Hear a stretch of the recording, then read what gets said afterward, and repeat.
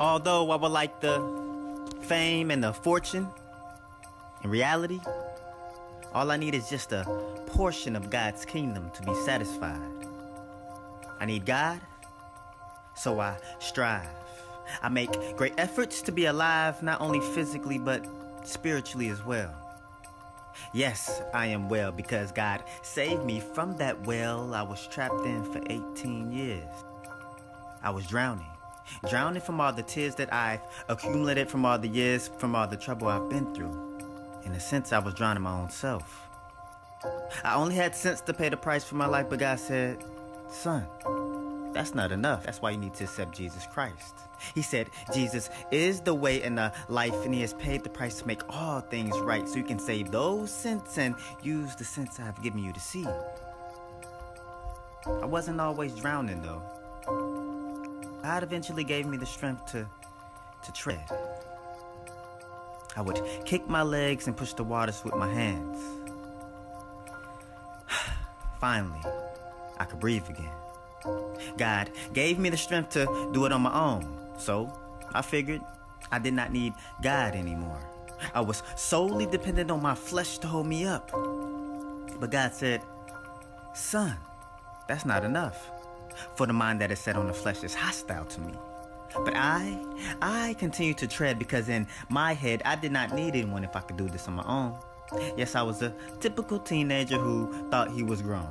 I was 13 with the phone that I used to call females whom I thought I could bone whenever I was home alone. I was a young black male with a cell that was leading me to hell because its main purpose was just to feed my flesh.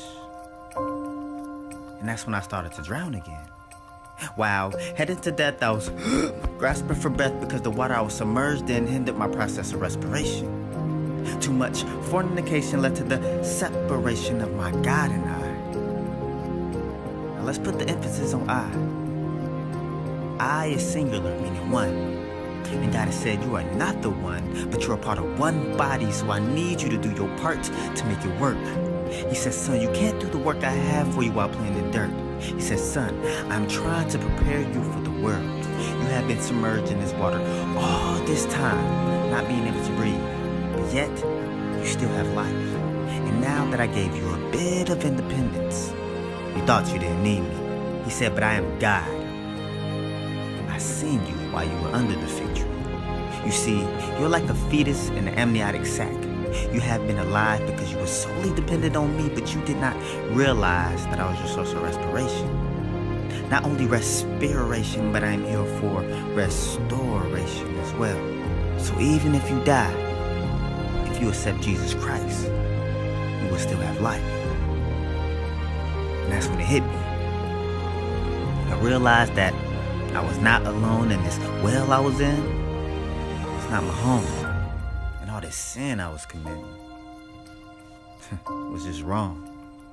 So, I finally stopped kicking. I finally stopped pushing. And then I hit the bottom. And at this low point in my life, I accepted Jesus Christ as my Lord and Savior and became dead to sin. But to my surprise, I was able to open my eyes and I seen a light shining from above. It was something like the dove that flew down to rescue me. As it got closer, I could tell that it was Jesus. He began to take the weights off my shoulders and said my old life was over and I was made new. Through him, I began to float to the top.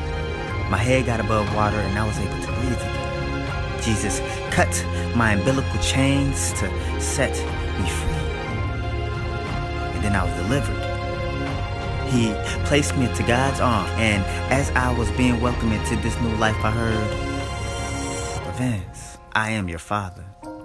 As you begin to walk in my will, it will get harder. Better yet, challenging. But I will always be there to pick you up. Just remember to solely depend on me, and everything will be fine.